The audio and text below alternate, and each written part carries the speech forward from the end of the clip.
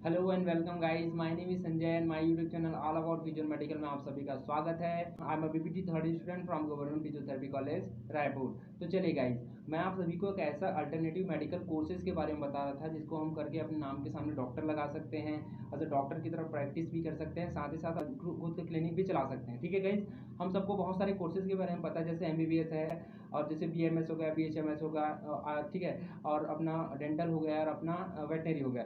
इसके अलावा और बहुत सारे कोर्सेज हैं गाइस, इसको आप करके खुद अपने नाम के सामने डॉक्टर लगा सकते हैं, एज अ डॉक्टर की तरफ प्रैक्टिस कर सकते हैं और गवर्नमेंट और प्राइवेट जॉब भी कर सकते हैं। ठीक है गाइस, तो चलिए, इससे पहले मैं आप सभी के लिए एक वीडियो अपलोड किया था जिसमें मैं बताया था कि कौन सा एक मेरा जो फर्स्ट जो वीडियो था उसमें बताया था कि ऐसा कौन सा कोर्स कर सकते हैं जिसे करके हम एक डॉक्टर बन सकते हैं। ठीक है, तो अगर आप वो वीडियो नहीं देखे हो तो प्लीज़ मेरे यूट्यूब चैनल पर जाकर वो वीडियो एक बार जरूर देख लीजिए। ठीक है गाइस, क्योंकि वो मोस्ट इंपॉर्टेंट है और वो कोर्स मैं खुद कर रहा हूँ। ठीक है गाइस, तो वो वाला देख लीजिएगा एक बार।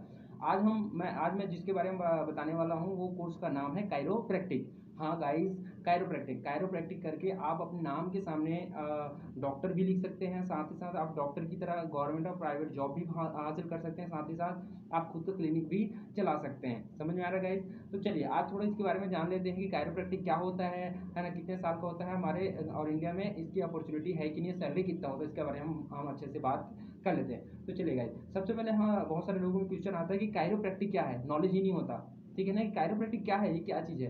ठीक है, क्योंकि लोगों को सिर्फ पता होता है बीएमएस एमबीबीएस डेंटल ही पता है। ठीक है ना, तो कायरोप्रैक्टिक क्या है बहुत सारे लोग को पता नहीं है।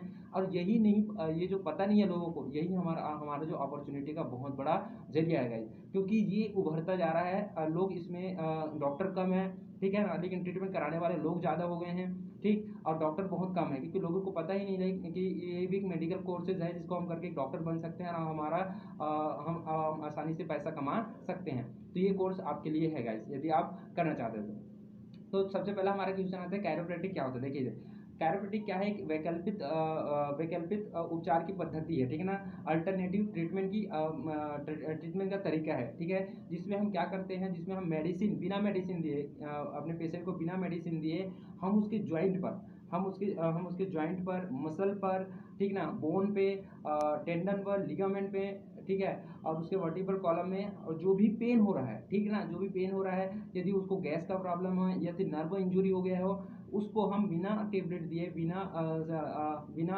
ऑपरेशन किए हम उसको ट्रीट करते हैं। ठीक है ना, through the adjustment of the bone. समझ में ना, through the adjustment of the bone हम जो ट्रीटमेंट करते हैं वही कहलाता है कायरोप्रैक्टिक। समझ में ना, तो कायरोप्रैक्टिक का मेन फंक्शन किसमें होता है, वर्टिब्रल कॉलम में। समझ में आएगा इस वर्टिब्रल कॉलम में कुछ भी एडजस्टमेंट अगर हटा, एडजस्टमेंट जो होगा अगर वो प्रॉब्लम थोड़ा सा हटा बैड पोस्चर के कारण, मान लीजिए मैं लंबे टाइम तक ऐसे हूँ, ठीक है, लंबे टाइम तक ऐसा है गाइस, तो इससे क्या होगा, लंबे टाइम तक ऐसा हूँ तो मेरा जो वर्टिब्रल कॉलम है वो थोड़ा सा अगर मान लीजिए हट गया अपने जगह से, वर्टिब्रल कॉलम ऐसे ईंट की तरह रहता है, ठीक ना, और ईंट की तरह अगर थोड़ा सा डिसलोकेट होगा तो उससे बहुत सारी प्रॉब्लम क्रिएट होती है। वो क्यों होती है हम बात करेंगे। तो ये इसी को एडजस्टमेंट करने के लिए जो पढ़ाई करते हैं, जो लोग पढ़ाई करते हैं वो क्या कहलाते हैं, कायरोप्रैक्टिक डॉक्टर कहलाते हैं। समझ में आएगा इस, तो चलिए, तो फर्स्ट क्वेश्चन मेरा कंप्लीट हो गया कि कायरोप्रैक्टिक क्या होता है, समझ में आना क्या करते हैं, ये समझ में आ गया। दूसरा देखते हैं कि कायरोप्रैक्टिक में क्या हम मेडिसिन को उपयोग कर सकते हैं, बिल्कुल नहीं गाइस, कायरोप्रैक्टिक में हम मेडिसिन का उपयोग नहीं करना है।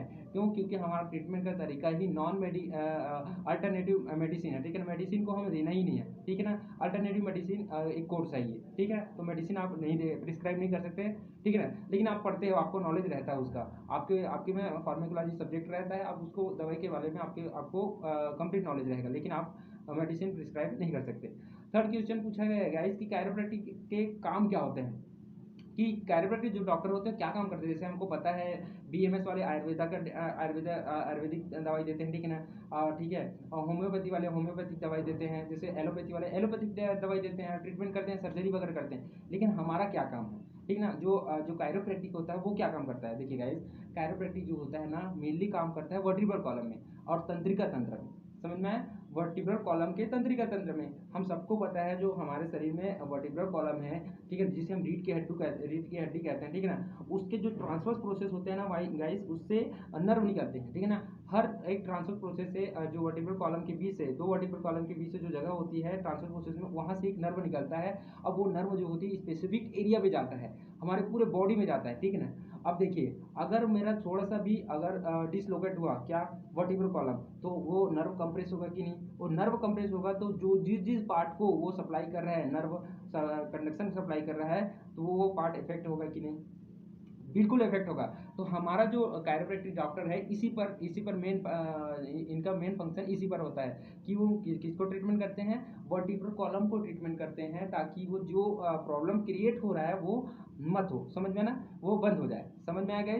तो हमारा जो ये जो डॉक्टर होते हैं वो एडजस्टमेंट करते हैं किसका, वर्टिब्रल कॉलम का, बिना किसी मेडिसिन के, बिना किसी ऑपरेशन के पेशेंट को ट्रीट करते हैं। समझ में आया ना?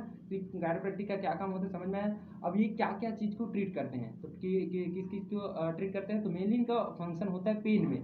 समझ में आया? मेनली इनका फंक्शन जो होता है वो पेन में होता है गाइस। जैसे नेक पेन हो गया, जैसे मैं लंबे टाइम पे ऐसे बैठा हूँ, नेक पेन हो रहा है, ठीक ना, बैक पेन हो रहा है, ठीक है ना, फुट पेन हो रहा है, लिम्ब पेन हो रहा है, हेडेक हो रहा है, ठीक है ना, एब्डोमेन पेन हो रहा है, और गैस का प्रॉब्लम है। ऐसे सारे बहुत सारे जो चीज़ें होती हैं जो लंबे टाइम तक है, कुछ हम बहुत सारे डॉक्टर को दिखा लिया, एमबीबीएस डॉक्टर को, बीएमएस डॉक्टर को दिखा लिए, लेकिन फिर भी सही नहीं हो रहा है, ठीक ना। तो ये जो लंबे टाइम तक जो पेन होता है ना, हम कायरोप्रैक्टिक के थ्रू हम सही कर सकते हैं, क्योंकि जो प्रॉब्लम हो रही है गाइस वो मेडिसिन से नहीं जाएगी, क्योंकि वो प्रॉब्लम कहाँ से क्रिएट हो रही है, वर्टिब्रल कॉलम से। वर्टिब्रल कॉलम जब तक आप उसको सही पोस्चर में नहीं लाएंगे, सही मेंटेन करके नहीं रखेंगे अपने आप को, तब तक आप कभी ठीक नहीं हो सकते। तो वो ऐसा जो काम करता है वो कायरोप्रैक्टिक डॉक्टर ही आपको ठीक कर सकते हैं। और कायफोसिस हो गया, जैसे जैसे बंदा हो जैसे कुबड़ा हो जाते हैं, लॉर्डोसिस हो जाता है, ठीक है ना, ऐसे पेशेंट हो गया, ठीक है, जो एबनॉर्मल गैट पैटर्न में चलते हैं, ऐसे लोगों को ट्रीटमेंट करते हैं, समझ में, ताकि उसको अपने नॉर्मल लाइफ में जीने में आसानी हो। समझ में आएगा? इस तो ये क्या काम करते हैं, समझ में आया?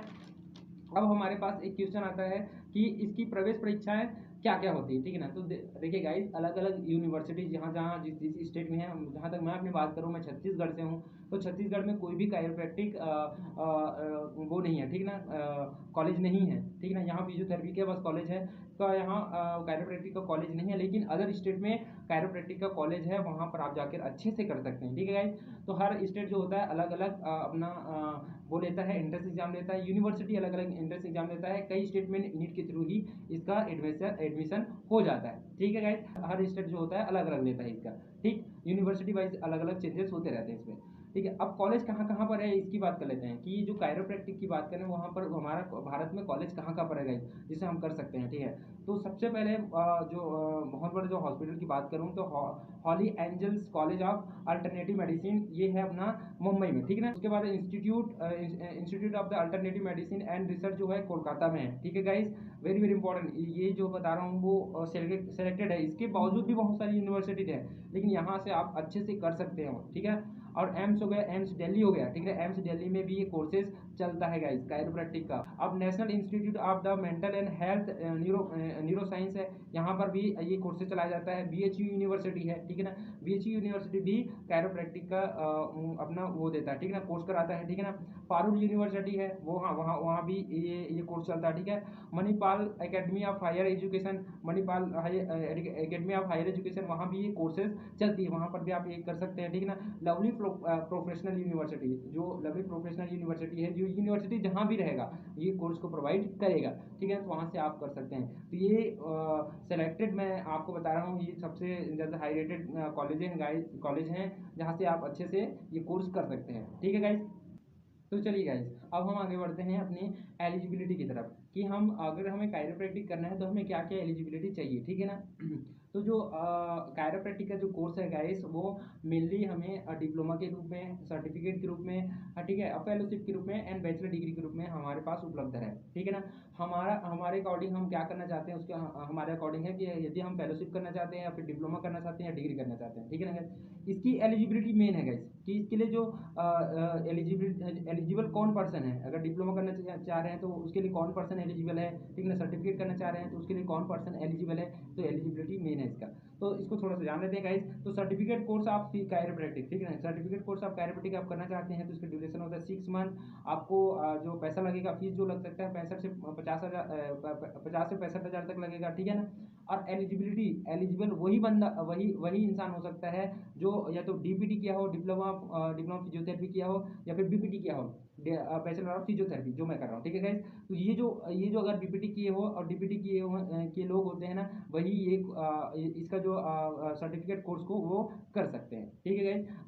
अदरवाइज ये डायरेक्ट 12th के बाद जो लोग करना चाहते हैं वो लोग नहीं कर पाएंगे, ठीक है गाइस। इसके लिए बीपीटी या फिर डीपीटी जरूरी है। यदि आप बीपीटी नहीं किए हैं तो 2 साल का आप डीपीटी कर लीजिए, उसके बाद इसको आप कर सकते हैं और एज अ डॉक्टर के रूप में इसको प्रैक्टिस कर सकते हैं, ठीक है गाइस। डिप्लोमा इन कैरोप्रैक्टिक की बात करें, डिप्लोमा कोर्स किए हो तो डिप्लोमा कोर्स में ये जो होता है डिप्लोमा कोर्स 1 ईयर का होता है, और इसके लिए जो नेसेसरी चीज़ होता है 12th पास होना चाहिए फिजिक्स केमिस्ट्री बायोलॉजी के साथ ही साथ आपको बीपीटी आना चाहिए, ठीक है गाइस। तो आप ये डिप्लोमा कोर्स कर सकते हैं, ठीक है। इसका फीस स्ट्रक्चर की बात करें तो इसके लिए 95,000 इसका फीस स्ट्रक्चर रहता है। फेलोशिप इन कैरोप्रैक्टिक की बात करें तो इसमें 6 मंथ का रहता है, और इसके लिए जो नेसेसरी होती है बीपीटी आना ही चाहिए। बीपीटी मतलब बीपीटी आप किए रहेंगे तभी आपको फेलोशिप इसका मिलेगा, ठीक है ना। इसके फीस स्ट्रक्चर जो होता है 50,000 तक होता है, ठीक है। अब आता है मोस्ट इंपॉर्टेंट, जिसको 12th वाले लोग भी कर सकते हैं, 12th पास आउट वाले लोग भी कर सकते हैं, वो होता है बैचलर डिग्री। बैचलर डिग्री होता है गाइस 4 इयर्स का, ठीक है ना। तो फिजिक्स केमिस्ट्री बायोलॉजी जो आपका सब्जेक्ट है, तो आप किसी भी यूनिवर्सिटी में इसका इंट्रेंस एग्जाम दीजिए। अगर इंट्रेंस एग्जाम के थ्रू नहीं भी होता होगा तो वहाँ पता कीजिए, ठीक है। आप इस कोर्स को हायर कीजिए, वहाँ जाकर आप इसको पढ़ सकते हैं आसानी से, ठीक है ना। तो इसके लिए ना तो आपको बीपीटी की जरूरत है ना तो डीपीटी की जरूरत है। अब आप 12th पास आउट हो, ये जरूरी है, ठीक है ना। ये बैचलर डिग्री गाइस, ठीक है। अब हम बात करते हैं कि आगे की अगर हमें कोर्स कर लिए तो हमें जॉब अपॉर्चुनिटी है क्या, ठीक है ना। क्योंकि कोर्स करने से इंपॉर्टेंट है गाइस हमें हमें जॉब मिलेगा कि नहीं, ठीक है। क्या हम कोर्स कर लिए हम ऐसे ही खाली बैठे हैं, कोई मतलब का नहीं, ठीक है। तो इसकी जॉब अपॉर्चुनिटी की देखिए गाइस, इतनी डिमांड है आज की डेट में इसका कायरोप्रैक्टिक का। यदि अगर विश्वास नहीं है तो आप कायरोप्रैक्टिक करके सर्च वर्च करके देखना, आपको मिलियंस में उनके सब्सक्राइबर्स मिल जाएंगे, ठीक है ना। मिलियंस में लोग उसको देख रहे हैं, ठीक है ना। और ट्रीटमेंट भी करा रहे हैं, बड़े बड़े जो नेता हो गए फॉरेन से लोग ना इंडिया आ रहे हैं ट्रीटमेंट कराने के लिए, ठीक है ना। और बड़े बड़े नेता हो गए, बड़े बड़े एक्टर्स जो हो गए हैं, वो मेडिसिन को छोड़कर कायरोप्रैक्टिक की तरफ दौड़ रहे हैं, फिजियोथेरेपी की तरफ भी जा रहे हैं। क्यों? क्योंकि सबको पता है गाइस कि ठीक है कि जो मेडिसिन होता है उसका साइड इफेक्ट बहुत ज़्यादा होता है, ठीक है ना। यदि हम ट्रीटमेंट करा रहे हैं, अगर उस ट्रीटमेंट से हम सही हो रहे हैं, कायरोप्रैक्टिक से फिजियोथेरेपी से हम सही हो रहे हैं, क्यों हम मेडिसिन का उपयोग करें, ठीक है। तो देखिए, तो इसका डिमांड कहाँ कहाँ है, जॉब कहाँ कहाँ लग सकता है उसकी बात करें, इसका डिमांड बहुत जगह है गाइस। जैसे गवर्नमेंट सेक्टर हो गया, प्राइवेट सेक्टर हो गया, प्राइवेट हॉस्पिटल, गवर्नमेंट हॉस्पिटल, इसमें आपका जॉब लग जाएगा, ठीक है। क्लिनिक, आप खुद का क्लिनिक चला सकते हैं, आपका खुद का क्लिनिक रहेगा, आप एज अ डॉक्टर वहाँ प्रैक्टिस कर सकते हैं और आप लाखों भी कमा सकते हैं, ठीक है। खुद का क्लिनिक है, अब खुद का क्लिनिक है तो आपके ऊपर है कि आप कितना कैसे कमा रहे हैं, ठीक है। वेलनेस सेंटर हो गया, गवर्नमेंट जो वेलनेस सेंटर चलाता है उसके अंदर आप एक कायरोप्रैक्टिक की जरूरत तो होती है, तो कायरोप्रैक्टिक हायर करता है गवर्नमेंट, ठीक है। और जो आर्मी हॉस्पिटल होता है, आर्मी हॉस्पिटल में भी कायरोप्रैक्टिक डॉक्टर की आवश्यकता होती है। स्पोर्ट एकेडमी में, very very important, sport academy में भी कायरोप्रैक्टिक डॉक्टर की आवश्यकता होती है गाइस, समझ में आ रहा है ना। तो आप वहाँ एज अ डॉक्टर काम कर सकते हैं। साथ ही साथ फैक्ट्री वगैरह हो गया, जैसे जहाँ पर फैक्ट्री होती है, जहाँ इंडस्ट्रियल एरिया है, वहाँ पर कायरोप्रैक्टिक डॉक्टर की जरूरत होती है। और आप ये हो गया, ठीक है ना। अगर आपको ये डिग्री करने के बाद आपको अगर ये जॉब नहीं करनी है, आपको ये प्रोफेशन ठीक अगर ये प्रोफेशन नहीं करना है, आपको ट्रीटमेंट नहीं करना है, आपको पेशेंट नहीं देखना है, तो एज प्रोफेसर आप काम कर सकते हैं गाइस, आप प्रोफेसर के रूप में भी काम कर सकते हैं। रही बात सैलरी की, इसकी सैलरी कितना होता है गाइस, क्योंकि देखिए अब प्राइवेट हॉस्पिटल में कर रहे हैं तो स्टार्टिंग में आपको 25 से 30 हज़ार मिलेगा, ठीक है ना, स्टार्टिंग में, ठीक है। आपकी एलिजिबिलिटी, आपका ड्यूरेशन, आपकी स्किल के हिसाब से 50 से 60 हज़ार तक आपको प्राइवेट हॉस्पिटल से गवर्नमेंट हॉस्पिटल आपको देता है। साथ ही साथ अगर आपको खुद का क्लिनिक चला रहे हैं, ठीक है, पार्ट टाइम आपका आप तो जॉब कर ही रहे, लेकिन आप खुद का क्लिनिक भी चला रहे हैं, तो वहाँ से भी आप अर्निंग कर सकते हैं गाइस। तो आप पर मंथ 1 लाख तक इसका इसमें इनकम कर सकते हैं। ये तो मिनिमम है, ठीक है, इससे भी ऊपर आप कर सकते हो गाइस, ठीक है गाइस। अगर आप कहीं जॉब कर रहे हैं तो जॉब का भी पैसा मिलेगा, आप प्रैक्टिस कर रहे हैं खुद में क्लिनिक में तो क्लिनिक का पैसा मिलेगा, समझ में आया। तो आपके पेशेंट के हिसाब से, आपकी स्किल के हिसाब से, आपकी पॉपुलैरिटी के हिसाब से आपको पैसे मिलेंगे गाइस इसमें, ठीक है। तो सैलरी की बात हो गई। अब हम बात करते हैं कि क्या ये इंडिया के बाहर, इंडिया में तो इसकी जॉब अपॉर्चुनिटी तो है, इंडिया के बाहर इसकी जॉब अपॉर्चुनिटी है क्या? बिल्कुल हाँ गाइस, जिस टाइप का फिजियोथेरेपी का क्रेज़ है विदेशों में, उसी टाइप का कायरोप्रैक्टिक का भी क्रेज़ है, ठीक है ना।